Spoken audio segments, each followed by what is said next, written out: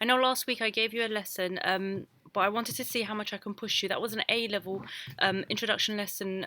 So well done to all of you who have sent your work through, to all of you who have given me your 12 markers. Absolutely fantastic, because that was actually a 10 marker for 10 mark question for the A-level lot. So I'll be marking that and sending that through to you as soon as I can, and a very well done. So to go into our lesson, last lesson and this lesson combined in a little bit more detailed for you.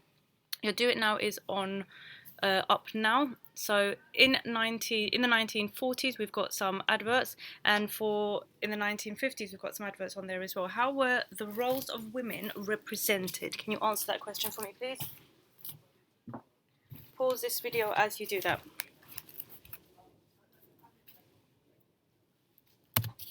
So just some systems to remember. You know the deal. Your orange highlighter means I'm giving you a clue.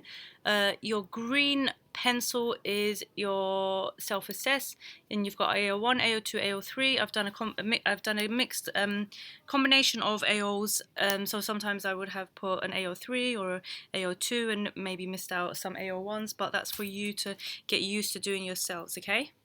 You should be able to describe the meaning of key terms, outline and explain the different ideas around gender roles within families, analyse and evaluate issues relating to conjugal role relationships, and just as a quick starter, create a mind map, bullet points, or however you see the choice is yours, up to you, showing different jobs or tasks or roles men and women tend to do within their relationship.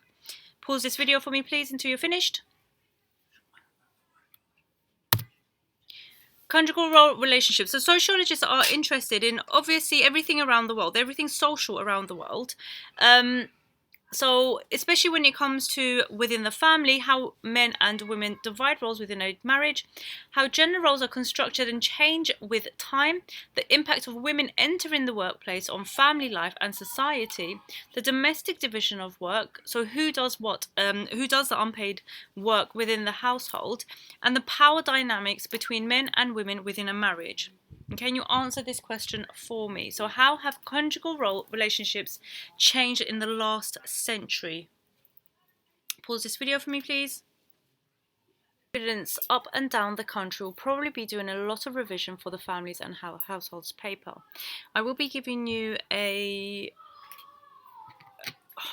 booklet on the whole of the families topic for you to have a look at through the summer. There's nothing that I want you to necessarily do and bring in for September, but do not lose that booklet. It will be available online as well, but make sure you have a look at it, because it would have all the things that you've had a look at up until this point, and also help you with these next couple lessons, okay? There are several ways of tackling the conjugal role topic, and obviously you have to take this advice in the light of the way any particular question is phrased. So I want you to remember that the examiners like to keep you on your feet, so they will reuse questions but change it slightly. And the only change may be perspectives, for example, and may change questioning in terms of how important the role of the family is, or how it is oppressive. Okay, so with conjugal roles, I always feel that a strong methodological slant is a good way to answer, again, depending on the exact wording of the question. So when we do talk about the families, we do need to talk about a change, because there has been a lot of change in the last century alone. Okay, so in terms of your progress check so far, can you please answer these for me? Okay, so the term something something refers to marriage or the relationship between a married couple. Something something are the roles individuals take within a marriage. The something who does the unpaid work in the household and the children, so what's that? And something something between men and women within a marriage. Pause this video for me, please, and then take your green pens out. The term conjugal roles refers to marriage, relationship, refers to marriage or the relationship between a married couple. Conjugal roles are the roles individuals take within a marriage. The domestic division of labour is who does the unpaid work in the household with the children. and the power dynamics between men and women within a marriage, okay? One of the most important studies we'll be looking at for conjugal role relationships is Willmott and Young, okay? And they did a study on the symmetrical family. So writing from a perspective, a functionalist perspective, and based on a large-scale social survey, nearly 2,000 people were interviewed in Greater London and surrounding areas. Young and Willmott used the term symmetrical family to describe the three stages home-centered nuclear family, okay? In such families, so symmetry refers to the similar contributions made by each spouse to the running of the house, for example, shared chores and shared decisions. Conjugal roles are not interchangeable, but they are of equal importance. An arrangement that they found to be more common in working class families, they advanced the theory that this reflected the nature of work as often boring and involving leading manual workers to focus on family life. The principle of stratified diffusion is the theory that what happens at the top of the stratification system today will diffuse downwards tomorrow. So remember when we had a look at the Marxist perspective, and they had that. I remember showing you a triangle, and at the top you had the superstructure, and then at the bottom you had the economic base. Okay, and we spoke about how all of your norms and values have been trickled down from the top to the bottom. So from the superstructure to the economic base where the proletariat are, and the top would be where the bourgeoisie are. So in terms of an AO3, the stage 4 is the managing director family. So it cited in their research work was work centered rather than home centered, with the wife responsible for home and children. The theory has been criticized by feminists, of course, who saw little evidence of either symmetry or a move towards stage 4 amongst working class families. So early studies, Willmott and Young, we've got 72% of men help with housework at least once a week. And Anne Oakley talks about the double burden. So this is your AO3. So more women are working, but also having to spend more time on housework than men do in the 1970s. So how do we turn the abstract notion of conjugal roles into something we can observe and measure? Young and Willmott and Oakley have examined housework tasks. Others, though, such as Edgell, suggest that other factors may also be important indicators. So, for example, decision making in the family. We need to consider alternative ways of operationalizing and measuring conjugal roles. Okay, what do you think makes the decision making in the family, or who do you think makes the decisions in the family, and why? So, Willmott and Young, the symmetrical family, their study, I'm going to dictate it for you, and I want you to write down stage 1, 2, 3, and 4. So take as many notes as you can possibly take from what I'm about to dictate to you, okay? So, in stage 1, this is called the pre-industrial family. So the family is a unit of production with the husband, wife, and unmarried children working as a team, generally working in agriculture. This type of family gradually disappeared as a result of the Industrial Revolution. Stage 2, the early industrial family. This began with the Industrial Revolution and reached its peak in the early years of the 20th century.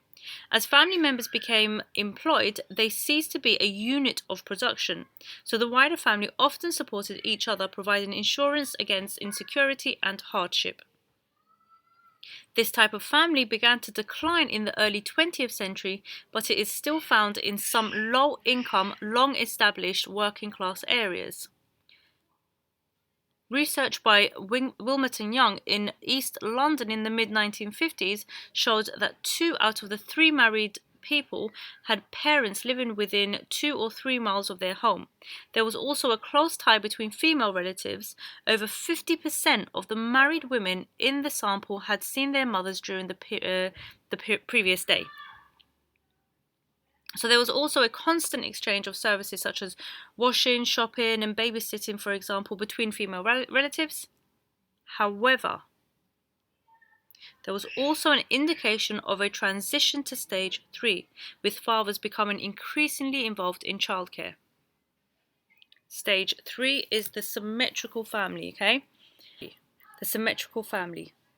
In the 1970s, Willmott and Young conducted a large-scale study survey where 1,928 people were interviewed in Greater London and the outer metropolitan area. So they found that life was largely home-centred, with leisure time being spent in the home, for example, watching TV together. Husband and wife were increasingly sharing their chores around the house. A symmetrical family is a nuclear family where there are similar roles for both men and women in terms of housework and decision making. Okay, so what I want you to do is try and just have a think about the reasons for the rise in the symmetrical family. Why do you think we even came to stage 3? Okay. Then when we look at stage 4, stage 4 is a principle of stratified diffusion. Accounts for much of the change in family life. So stratified diffusion, if anyone remembers, not last week, the week before, Lewis was asking about it, okay? So over that time, whatever to the top of the stratified system does, the bottom will eventually do too, okay? So lifestyles, patterns of consumption, attitudes and expectations of the higher class will filter down to those in lower social classes.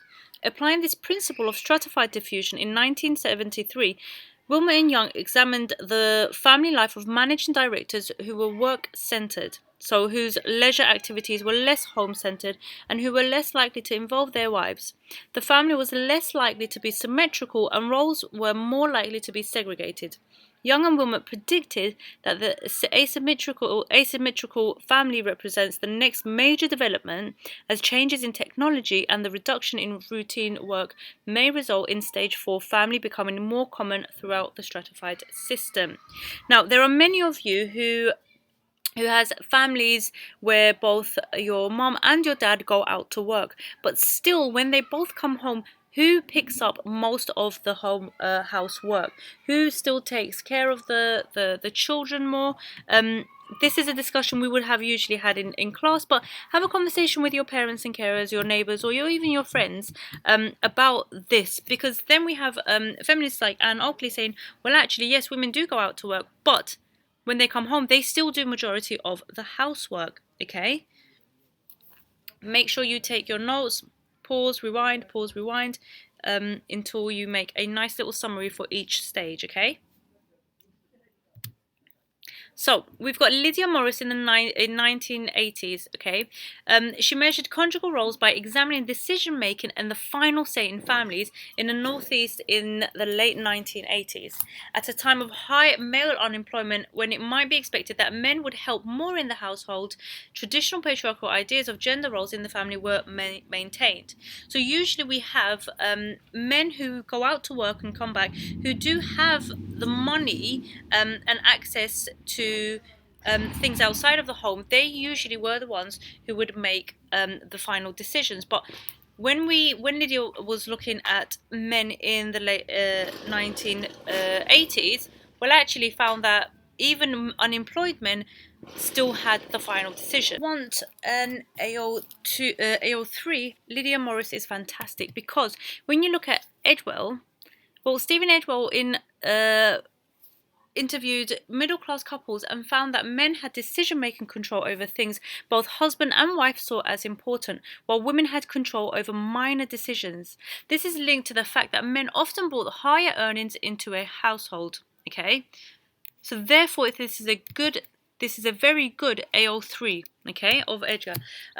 Please make sure you are making study cards. So from Willmott and Young to Lydia Morris to Edwell, I want you to make your study cards, because we are going to, by the end of this lesson, at least have 6 study cards that I want you to remember, okay? So Delphi and Leonard, when they talk of familiar exploitation, they write from a feminist perspective, okay? They emphasize the importance of work. So in their interview, it is men rather than capitalists as such who are the prime beneficiaries of the exploitation of women's labor. They believe that the family has a central role in maintaining patriarchy. The family is an economic system involving a particular set of labour relations in which men benefit from and exploit the work of women. Women are oppressed because their work is appropriated within the family. For example, when wives have paid employment outside the home, they still have to carry out household tasks which are not equally shared with their male partners. Again, this is an AO2, but you can use it as an AO3 to strengthen Morris and Edgar's studies. Sorry. Okay. Now we've got another feminist, Anne Oakley. She writes from a feminist perspective. She addresses the idea that conventional nuclear families, which defines as nuclear families composed of legally married couples, so they voluntarily choose the parenthood of one or more children. Okay, she explores the power of this idea, including its origins and explanations. Her paper predates civil partnership and same-sex marriages. So when it comes to AO3, when you are evaluating or analysing these studies, actually you can say this for a lot of the studies done. Okay, she concludes that there are signs that official stereotypes are being felt to be increasingly archaic, and that certain groups in the community may be moving towards a more open appraisal of other ways of living, both in and without families. What I want you to do is I want you to have a look at Anne Oakley's studies in more depth. Parsons will be looking at the social structure of the family. Remember, Parsons was a functionalist perspective sociologist, and he looked at the primary socialization within society, so the primary socialization of children and the stabilization of adult personalities, for example, to give and receive emotional support. Later authors have criticized his work as presenting an idealized picture of family life centered on the middle class experience. Okay, we'll have a look a little bit, delve into Parsons when we get back, but essentially what Parsons is talking about is within your primary socialization you learn all of your gender roles, for example, and then in secondary school, so your secondary socialization is where you strengthen this idea of the role of what it means to be a decent human being.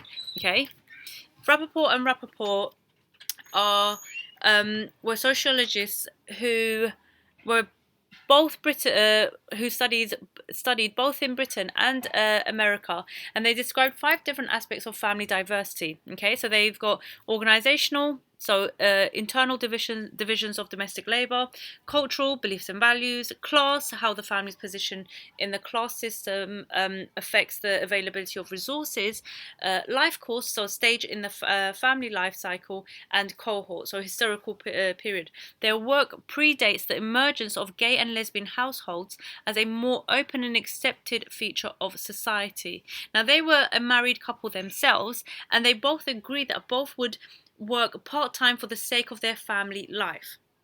Okay, so they're not armchair sociologists like we would call Louis Althusser, for example. So when we look at Zaretsky is a Marxist, and he takes the view that modern capitalist society has created an illusion that the private life of the family is separate from the economy. Zaretsky does not believe that the family is able to provide for the psychological and social needs of the individual. Whilst cushioning the effects of capitalism, it perpetuates the system and cannot compensate for the general alienation produced by such a society. He believed that the family has become a prop to the capitalist economy. For example, the system depends on the domestic labour of housewives who reproduce future generations of workers, whilst also serving as a vital unit of consumption.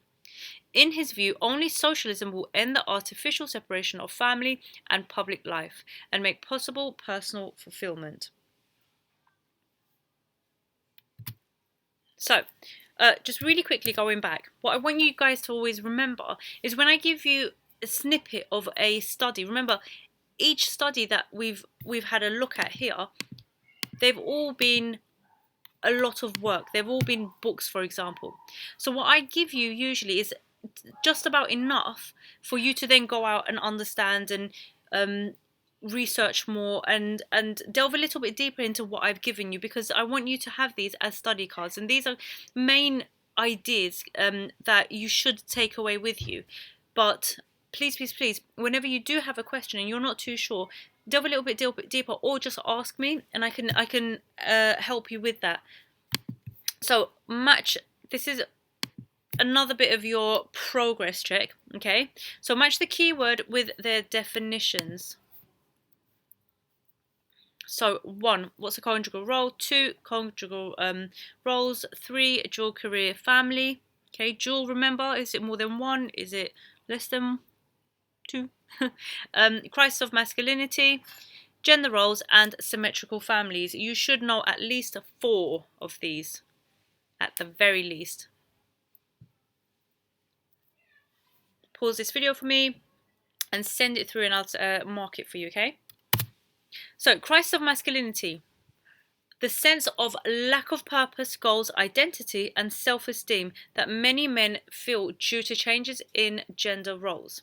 So I want you to discuss how far sociologists agree that there is a crisis of masculinity due to changes in gender roles. This is easily an exam question, so please do have a look. Okay. So discussions, questions for discussion. I've just put on something I've seen from the New Statesman, okay, how men got left behind. So the quiet crisis of masculinity. Remember, with the rise of feminism and therefore loads of jobs coming about, because there are a lot of women who are, you know, highly qualified, who are excelling at school, passing boys by.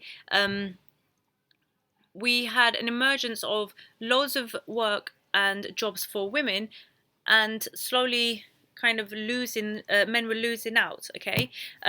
Therefore, this term, crisis of masculinity, is still quite recent.